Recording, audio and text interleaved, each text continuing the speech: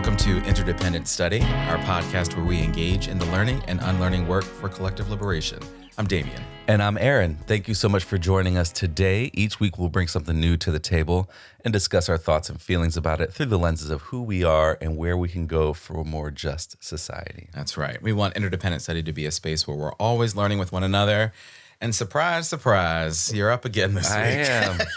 I'm back. I'm back. What are you bringing to the table today? Yes, I took a second turn in a row. Yeah. Played a little reverse card or something. Oh, no, let's not start talking Uno. Oh, okay. So I'm bringing the second half of Solidarity by Leah, Hunt-Hendrix, and Astra Taylor. But before we get to that, happy birthday to you, sir. Well, thank As you. we're recording this, it's just happened, but yes, Thank you. many I happy appreciate birthdays. that. Yes, Thank you're you, welcome. Thank you. There it There we is. go. He just wanted a reason to do that, folks. I did. I'm going to work in more reasons to bring in the sound effects. No, seriously, thank you. Yes, you're welcome. Another year older, another year wiser, maybe. Maybe. Wow. Okay. You know, wisdom is not a guarantee. It's not. Yeah. That's true. I do feel wiser, though. Okay, good. I do. Yeah. Congratulations. Thanks. I worked hard. Next week we're going to talk about wisdom. Yeah. I read a whole book about it to get smart. Oh, I found a test we could take to find out how wise we are online. Oh, yeah. I I was like, I got real scared there, actually. when we talk about our results live. Oh, gosh.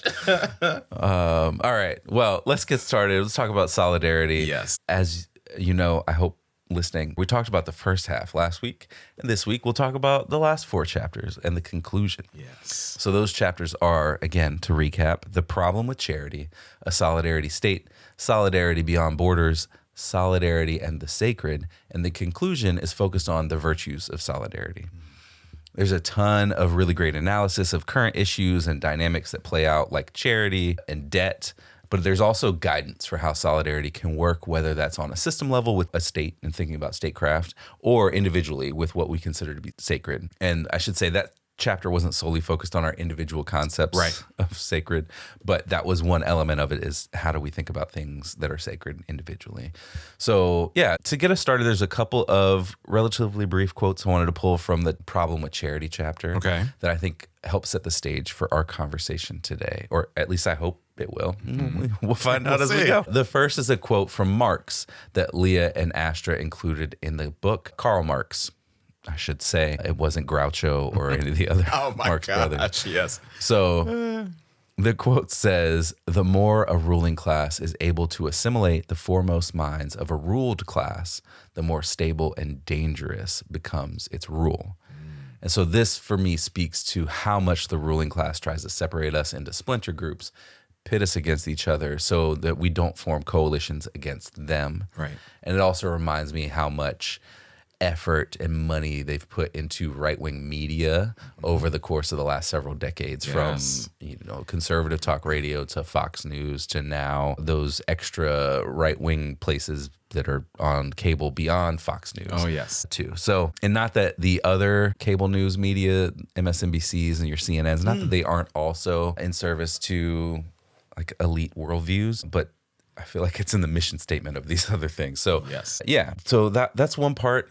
And the other quotation was this: "But as Dorian Warren from Community Change puts it, a rainbow oligarchy cannot be the aim on our political horizon.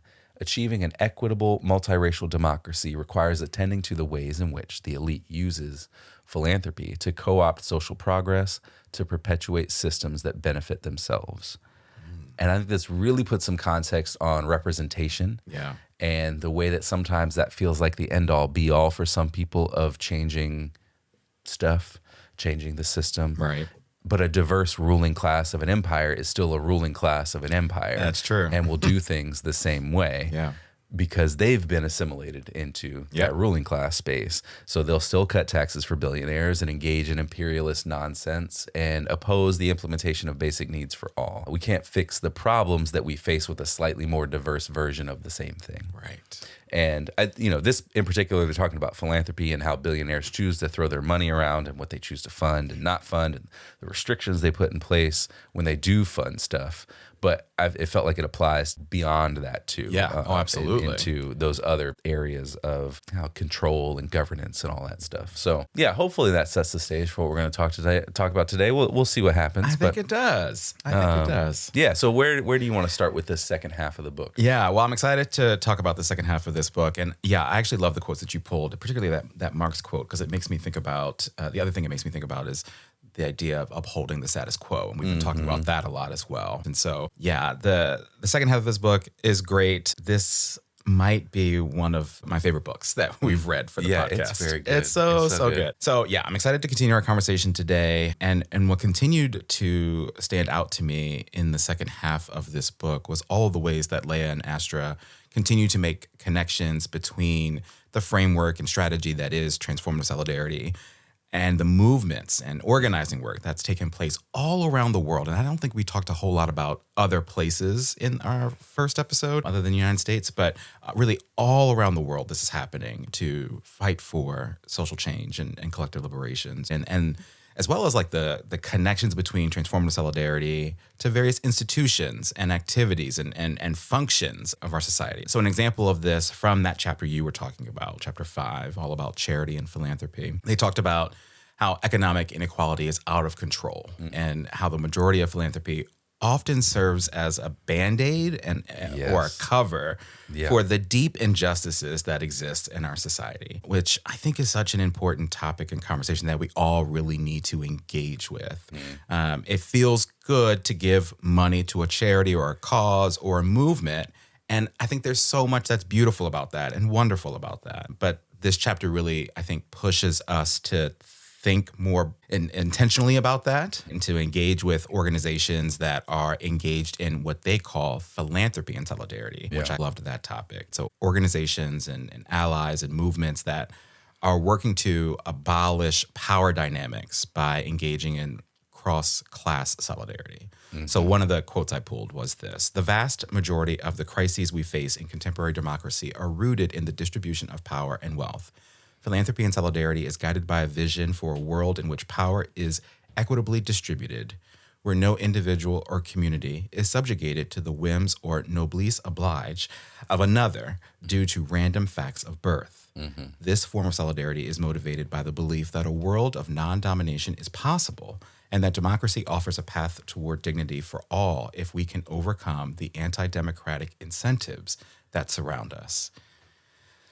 Yeah. Which I think is great. And so I think for me, one of the big things that I left this chapter with was just this idea that I need to do more thinking about the kinds of organizations I decide to support monetarily with my time moving forward. I think this chapter and your quote about it as well really set the stage for everything that we continue to read in this book.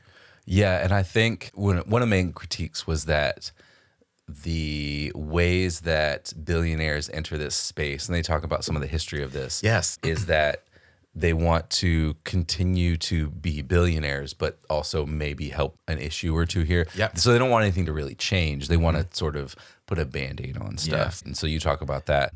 Philanthropy and solidarity is thinking about changing the ways that systems work, the ways that power works. Right. Which one of the things that I also really loved in that is they mentioned Ruth Wilson Gilmore called that wealth twice stolen wealth. She called modern philanthropy twice stolen wealth. Stolen once through the exploitation of workers and black and brown people through slavery, dispossession, and destruction of the environment, and stolen again through charitable tax deductions that place wealth in endowments managed mostly by white male trustees. There's a lot of depth in that. And I think it connects into this next piece I wanted to talk about from the chapter about the solidarity state. Great chapter. Because it points to how we could use state programs and services to actually serve people in ways that actually change the ways that systems work, which is in opposition to how these billionaires and philanthropists, as they call themselves, actually operate. So they say, quote, "It is not enough for policies and public goods to be universal, as anthropologist Hannah Appeal argues. They also need to be reparative.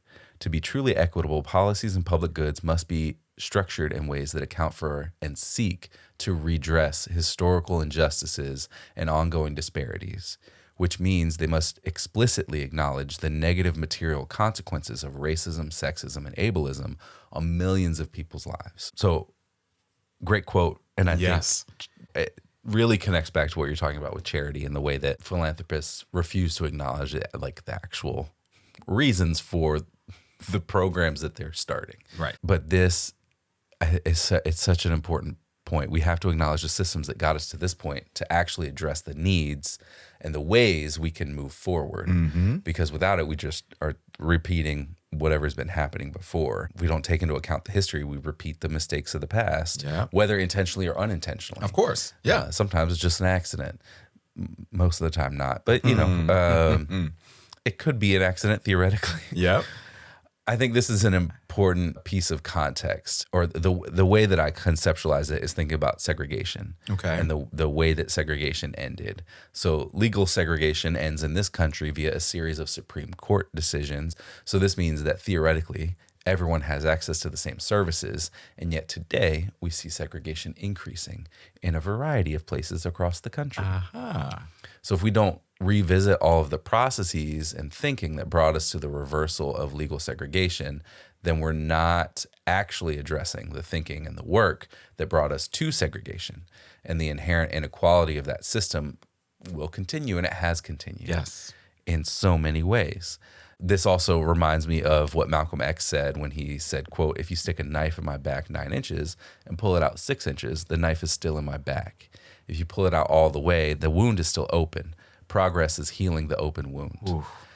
And most of these violent systems still have the knife in the backs of the people that they targeted.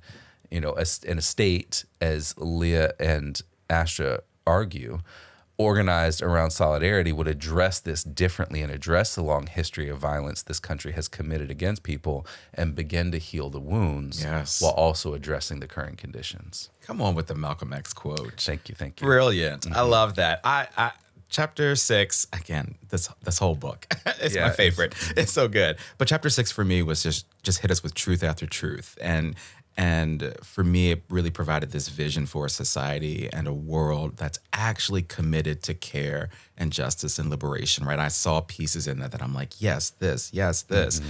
And related to what you brought, one of the quotes I pulled was, quote, "What if the laws, policies, and state institutions currently designed to stymie and subvert transformative solidarity were reconfigured to create cohesion among the general population instead? What if the state were set up to cultivate solidarity among everyone living within its borders, regardless of race, gender, religion, sexuality, citizenship status, and ability?" Like, what if, right? And I love those big questions, and we've seen this happen in lots of the media we brought to the table, like these big, important questions that get us to think about the world that we need. So some of the things that stood out to me was some of the examples that they brought in this chapter throughout history of the fight for that kind of society, including the work done by the National Welfare Rights Organization in the 1960s and 70s, which I want to learn more about, the protests against the Vietnam War, various movements for economic justice. There's so many more. But they also highlighted what happened during the pandemic as an example of what's possible. You know, how we saw the distribution of stimulus checks to folks. We saw mass distribution of a vaccine, like quick mass distribution of that vaccine. Moratoriums on evictions, which we desperately needed. Pausing of student loan debts. So this form or type of solidarity state is possible, right? We've seen it before. We've seen that happen, but we've also seen a complete shift back to quote unquote normal. We have to get back to life as normal. And so much of that has gone away. So yeah, there was a lot here for me about this idea of pushing and fighting for a solidarity state that I think is worthy of consideration. And for a world where, you know, as they say in this chapter, we are all seen as people deserving of solidarity and care. For me, that should be at the center of how our world operates, our societies operate. It would be it's an amazing concept. Yeah, it is. And the pandemic is a great example. And it also makes me think about the vaccine and the way that the vaccine was developed was funded so much by public money. And yet the ultimate owners of that vaccine are Pfizer and whoever else. Moderna. There it is. But it also could have been a publicly owned thing like the flu vaccine. Like we could have pushed for that, and then we would also see the distribution of that change potentially to countries across the world. Right. Because Yes. that's been a real challenge, is that it's not everywhere that it should be. Yeah. So I think that's also a way to look at, yes, that's a positive example of how it rolled out here, because private insurance companies said, yeah, we'll foot the bill for this. But ultimately, the state should have said, like, no, we own this. Yep. And we're going to distribute this on behalf of everybody. Yeah, there's still pitfalls here. It's good for all of us. Absolutely. And very good point. I don't remember if that critique was in here, or if that's from something else that I read or listened to recently. But it's a good one. But yeah, I think it's a great example of how it works, or how it could work. And also there's an example there of like taking it one or two steps further ways to to improve understand, especially thinking about international solidarity. Yeah. How that could have been improved, and we still saw it operating in the racialized capitalism that we have in the United States. Absolutely. All of those examples are so good, of like ways that people pushed for a solidarity state, 60s and the 70s, and even those responses to the pandemic. All great stuff. Yeah. So there was a lot in the chapter about the sacred that I really appreciated, but there are two very brief parts that I wanted to bring and talk about a bit. The first is about how solidarity is something we practice. Yes. So they say, quote, where transformative solidarity is concerned, this practice might entail attending a protest, sharing a petition, or joining a political organization. But it also manifests in smaller quotidian ways through our daily actions and encounters. And they go on to say a bit later on the same page, quote, solidarity asks each of us to attend to those around us. This section really speaks to, for me, how we really take on a perspective of solidarity in our interpersonal lives with our friends, families, acquaintances, and strangers we meet. And we can recognize that each of us are connected, though distinct. Yes. And our internal lives and our external experiences are varied, but we share certain lived realities that are bigger than our individual experiences. And when we do that, we can take action together and be in solidarity with one another, and form coalitions to take action, protest, and do political work. And that's something that is amazing, and we encourage. Yes. And it's powerful when it happens. Very Absolutely. powerful. But we also have to see those values, the virtues of solidarity, as they talk about in the conclusion, live out in our private lives too, because there has to be some congruency there. Absolutely. So we have to change the internal workings of our worldview and thinking that we've been socialized into believing. So many of us have been assimilated into the ruling class's perspectives. Yes. That we have to unpack that. It's learning and unlearning, right? Hey, yes. Yes. There Hello. it is. So yeah, that I loved all that. I love all of that. Yeah. The other piece from this chapter is a little later on, a few pages later. It's a concept they mentioned earlier in the first half of the book, but we didn't get to talk about this concept then. Okay. And it's when they're revisiting the concept of us versus them, which we did talk about that. Yes. But this is a particular point about us versus them that I think is important and didn't quite fit into the conversation last week. So Leah and Astra say, quote, even though solidarity requires an us and a them, we must resist the temptation to make them into an adversary to be destroyed. And then a bit later on the same page, they say, quote, at the heart of transformative solidarity, after all, is the conviction that both people and systems can change. Wow. So yeah, we must define the us and the them, but the them really is the systems that are creating the conditions of harm and violence that we have. The them also includes the people who implement and defend those systems, but we can't lose sight that the people involved in that work can change, and we can all participate in something else together. Yeah. On the other side of that. So resistance to them isn't about their humanity. Right. It's about the decisions that they've made. And so seeking out to, how do they say, destroy them isn't what we're thinking about when we say the example they use is abolish billionaires. Right. They're not talking about actually like killing billionaires. They're talking about abolishing a system that allows billionaires to exist in the way that they do. Yes. And I think that's an important distinction to make as we think about us versus them, is that it's not, they don't become enemies. They don't become combatants, Right. in the way that you might think about it in like a military strategy. They're opposition, But the opposition really is the systems that create the conditions. Yes, absolutely. I commend you, and I'm thankful for you for bringing this great wisdom from this chapter in particular, because I struggled with how I couldn't wrap my head around how I was going to talk succinctly about this chapter, because there's so much in it that is beautiful. Because for me, this chapter was all about our humanity, right? Yes. And you know how I feel about that. And so I thank you for bringing that. Those quotes are great, and you're right that. Again, it just speaks to the brilliance of their writing and how they guide us to the place that we need to be. Yeah. So, yeah, that was great. I did wrap my head around the chapter called Solidarity Beyond Borders. And I wanted to bring this because they quote our friend Olufemi Taiwo in this chapter. And their friend, too. Their friend. Yeah, our friend, their friend, everybody's friend. If you're all listening, we should get together. Shoot your shot, as the kids say. So we've talked about his brilliance before, so I felt like I had to bring that here. They quote his work, and in this chapter, it's all about this push for all of us to take individual responsibility for the world that we're living in, and which is sort of related to what you were talking about there too, and the work that needs to happen to change the world into ways that we need it to be. So they say, quote, "The common retort goes, if we are not the individuals who committed atrocities or misdeeds directly, what kind of responsibility do we have?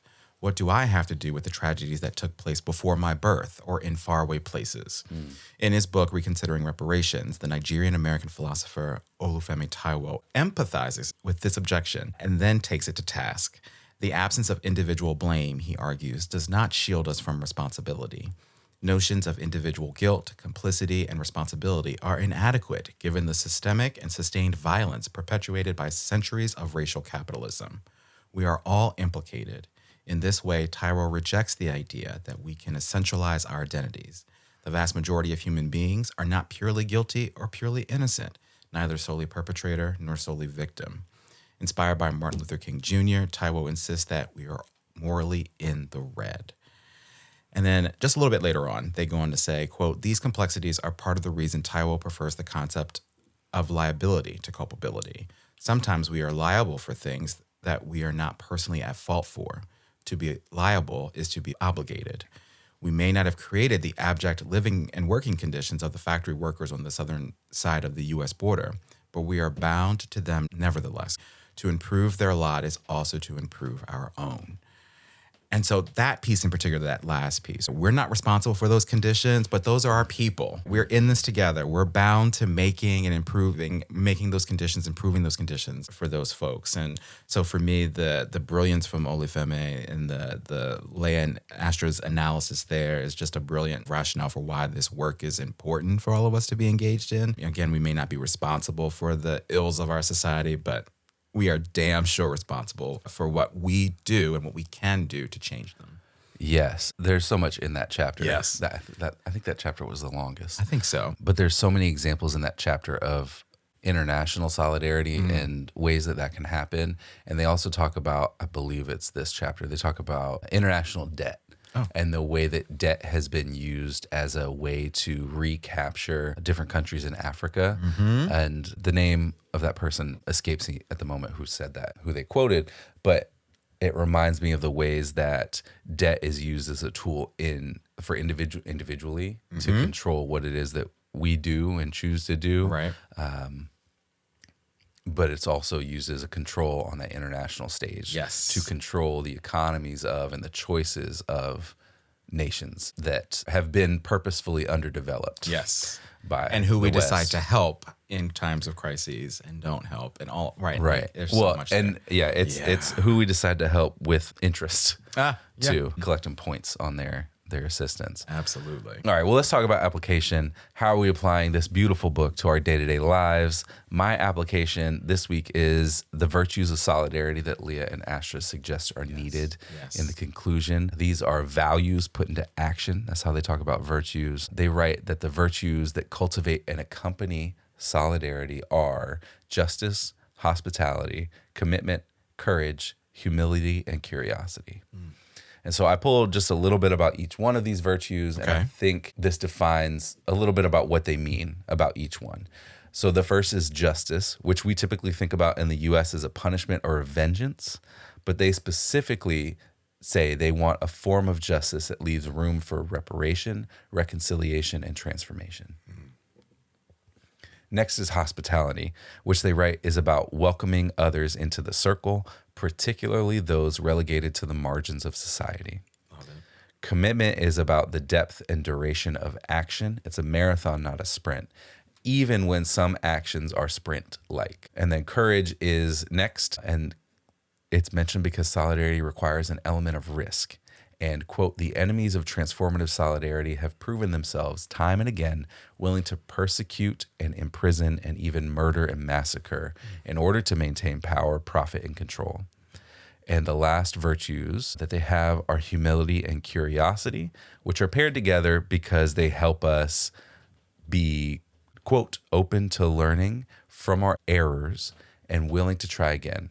Failing is often better than not trying at all. Yes. They also remind us that humility and curiosity, quote, enable us to connect with others as equals and build the multiracial, multi-generational, multi-geographic movements we need.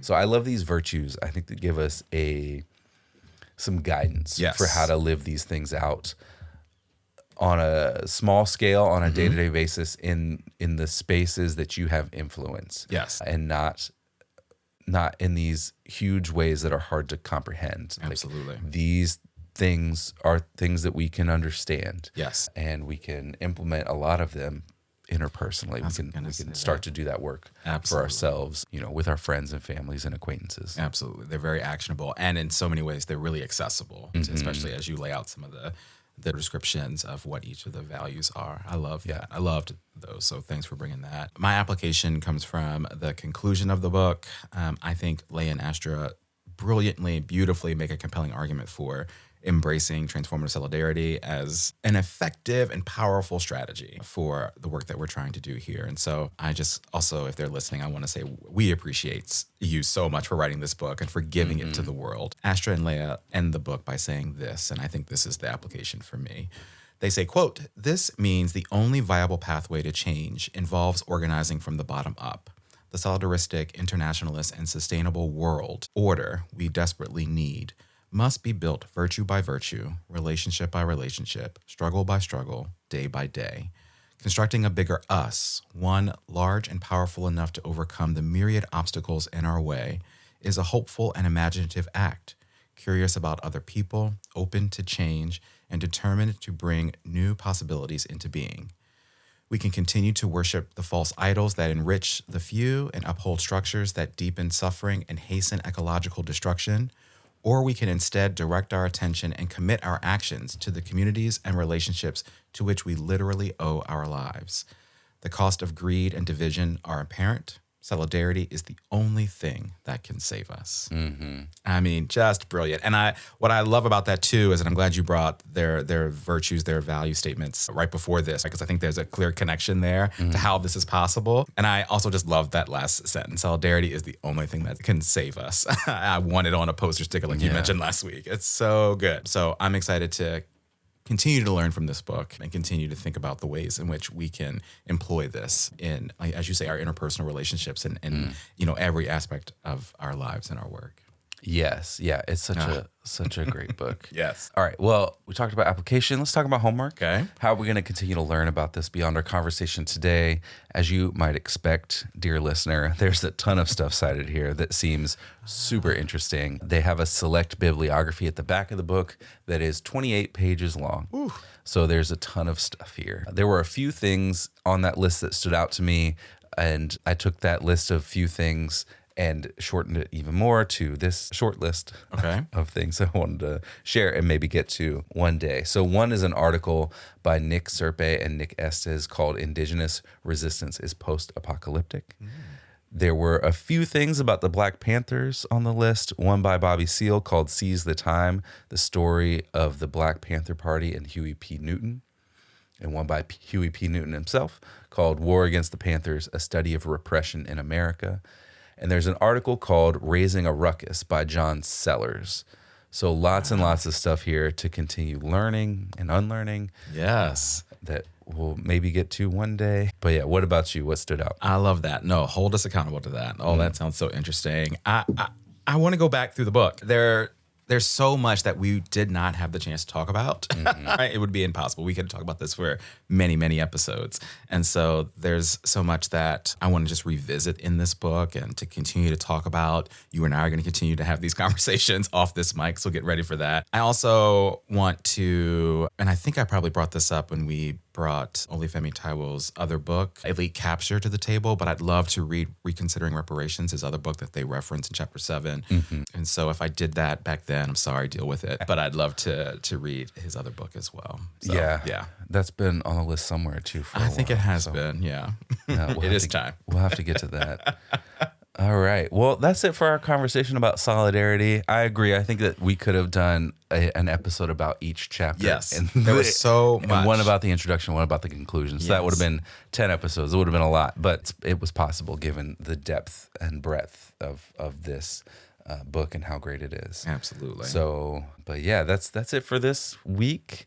And you're up next time, Damien. Yeah. Birthday boy. I finally get a chance.